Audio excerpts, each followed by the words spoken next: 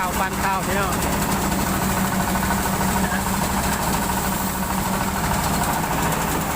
นี่ผู้โยนข้าวทีมงานก็เวลาอยู่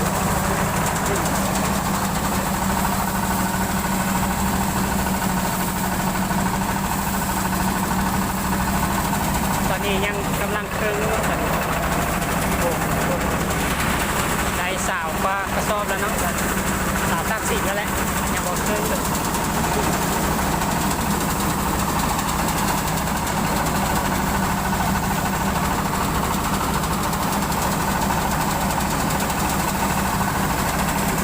ดึง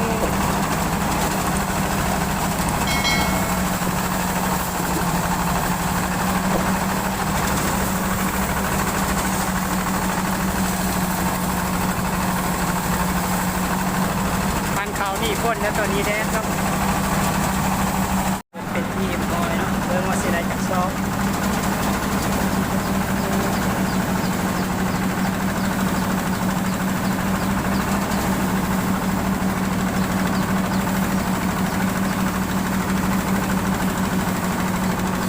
ท่านผู้ชมเล่าในใจว่าจะได้จากซอก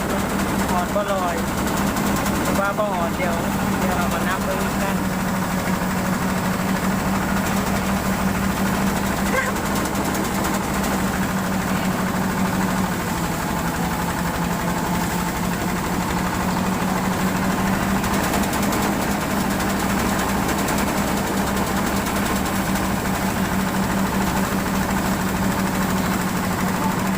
เดี๋ยวเราดูเนาะ